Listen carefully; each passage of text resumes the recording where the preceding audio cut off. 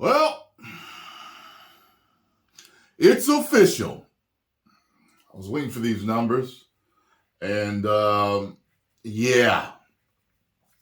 So, shall we get into this and let this be a lesson? Please turn around. Please. Please turn around, Disney, and go back to doing what you used to do, and that is make great entertainment that everyone wants to see. Brie Larson's The Marvels bombs at the box office with the worst opening weekend in MCU history. Some people would say the worst opening in the MCU history since they started bombing when they went in that direction. The Brie Larson-led The Marvels bombed in its opening weekend at the box office, posting the worst opening weekend in Marvel Cinematic Universe history without even having to factor for inflation.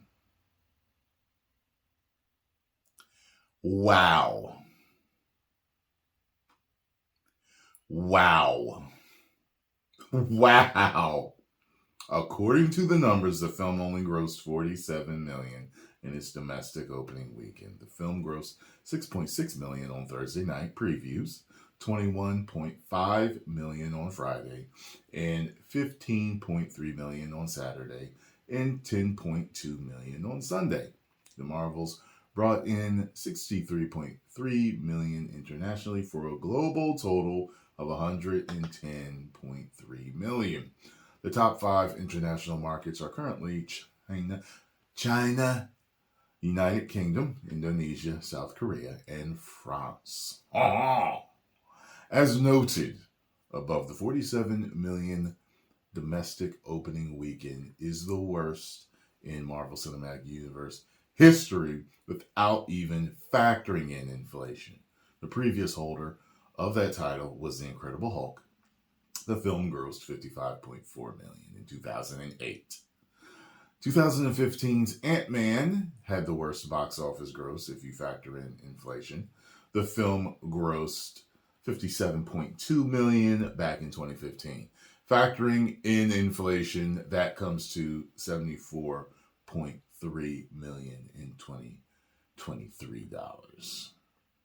The film did meet box office projections from Box Office Pro. I'll start looking at them now. Interesting.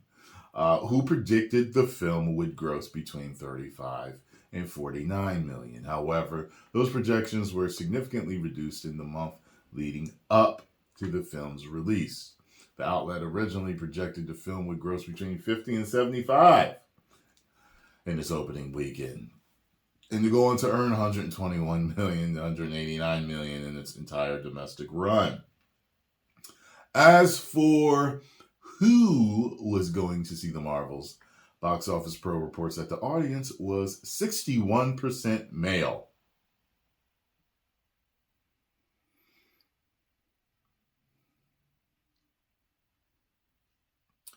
Who's your customer base? Who's your fan base? Who's the fan base that has been supporting you this whole time? Who's the fan base that goes to the movie and hopes that it's going to be good, hopes that things are going to be different, hopes that things are going to be great again? Men. And you blame us for the downfall. They also note that 67% of moviegoers were over the age of 25. Finally, they note that 45% of ticket sales were in premium formats. I didn't go see premium. Straight up standard. In comparison, Captain Marvel's box office saw 55% of moviegoers being male and 63% being older than 25. Premium formats only made up 34% of ticket sales. We are your customer base. Start marketing to us and making movies for us again. As for audience reaction, the movie received an abysmal B from Cinema Score. For comparison, Ant-Man and the Wasp: Quantumania also received a B, as did Eternals. Both Thor: Love and Thunder and Doctor Strange in the Multiverse of Madness received B+. Guardians of the Galaxy Volume 3 had an A. Box office analyst OMB Reviews reacted to the poor box office performance, declaring, "Goes to show you, if you make a bunch of films within a short amount of time and you don't actually give fans what they want, because instead you're deciding to push various aspects of identity politics and other nonsense in it, guess what? People are going to stop going to your movies." And they have. OMB Reviews would also respond to arguments that the box office was so bad because of the film lacked promotion. Yeah, okay. From its main actors, such as Brie Larson.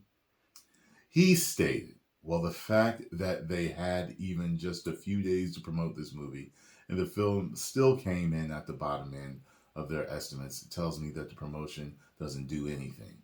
That promotion, that going on late night shows, that does not really move the needle anymore. There's just no evidence to really suggest that. Yeah. As a moviegoer myself, trailers are always what let me know. Trailers or word of mouth. Like, yo, do you know this was out? No. Yo, it was good, dog. Go see it. For real? I'm going. That's how I am. And I know if I'm like that, I know there's millions of other men out there that are the same way. It's the trailers that get us to go. The actor coming on the show, go see the movie. It's going to be great. I remember when Arnold Schwarzenegger was doing a press tour, and he came to the WWE and he did some little thing with Triple H where he backhanded Triple H and stuff. And he had and go see my new movie, End of Days. And I don't think End of Days did good. I don't think it did good. But the fact of the matter is, him saying, go see my new movie, End of Days. No. Was the trailer good? All right. If the trailer is good, I'll give it a shot. Because you just telling me to go see it, I know you want us to go see it. Of course, you want to make as much money as possible, and I get that. It's part of business. But yeah, End of Days. Go see my new movie. Come on, go. Get down. Anyway, the key to kind of understanding this is actually going to be looking ahead towards a film like The Hunger Games. I'm going to get tickets for that too. Prequel coming out soon, because the film will have had at least a couple of weeks worth of, at least a full week of promotion. Yeah. So I will tell you this about The Hunger Games. I enjoyed the Hunger Games movies. I never needed to see them again, though. I was like, okay, it's different. All right. No, not bad. You know what I mean? But I just, they were okay with me. You know what I'm saying? So we'll see what this one is, considering who's in it. So, weird. But post comments down below. Let me know what you think about this situation. Do you think that Marvel will change or not? I'm hoping they will. They were such a reason for just loving the movie-going experience. Every Marvel movie I went to see, I saw in 4DX if I could. That's where it's like a ride. You got wind, you got rain, you got smells. They spray you with water when stuff happens. The seats move. It's all crazy. Lighting effects. I wanted the full experience. And do you know, with phase, 4 was it? Is it phase 4? Everybody was like, what the hell's going on? I was like, yep, standard. So after certain, I can't remember which movie it was, because I saw Shang-Chi in 4DX. I can't remember which was the last one. It might have been Shang-Chi. But after that, it might have been like maybe one more. And then I was like, you know what? I'm done. Or maybe it was 2 more, because I'm just trying to think, because Shang-Chi I really liked in 4DX. So that would make me go again, correct? You know what I mean? So, but then there's probably had to be like a couple more to where I'm like, you know what, I'm done. And she knows it. Like, she'd be like, we going there? I'm like, no, we're going, no, we going right over here. Standard. Yeah, standard theater. We ain't doing RPX. We're not doing Climax. We ain't doing Climax. We ain't doing none of it. IMAX, we ain't doing none of it. Standard.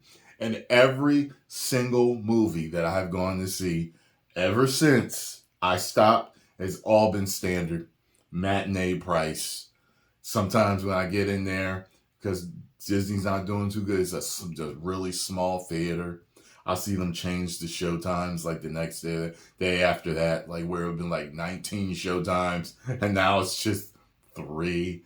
But yeah, it's horrible, man. It's such a horrible experience now. And like I said, if I didn't review movies for a living as part of what I do, I wouldn't be going. I would have stopped by now. I'd have been like the Disney Plus guy, like, oh, it's on Disney Plus now. Let me check it out. Because you're moving me that way. You're definitely moving me that way to the point where I'll never come back. And I say it in a lot of my videos. Talk to Vince McMahon. If you want to know where you guys are heading toward, call up Vince McMahon and ask him how many people left when they kept pushing John Cena all those years. And he was such a big headache. No one liked him. No one liked him but the little kids. John Cena.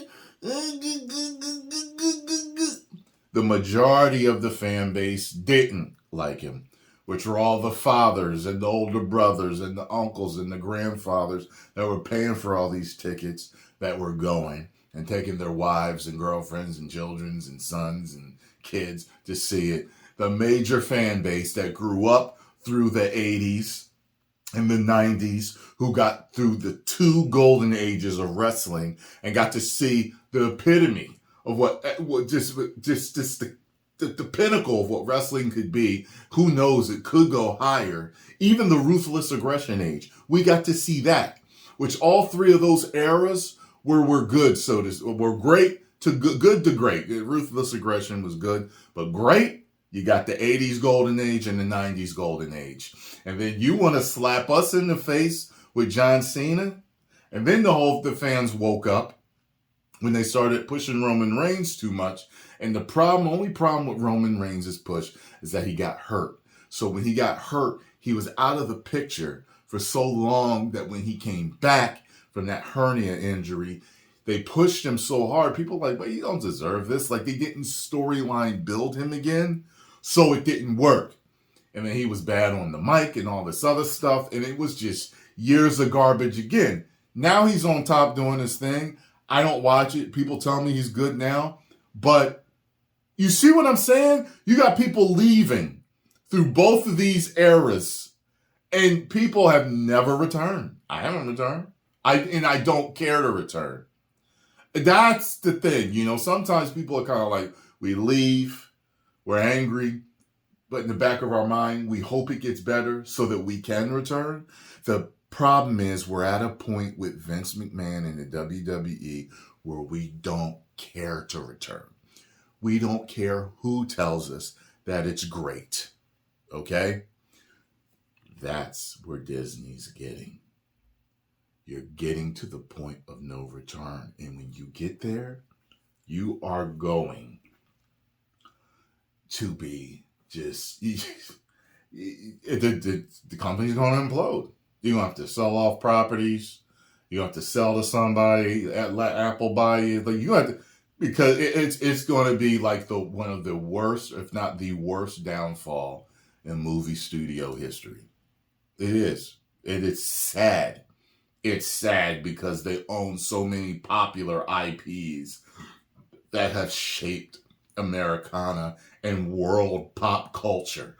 It's like it's sad. It's sickeningly sad. It's like apocalyptic, devastating, sad.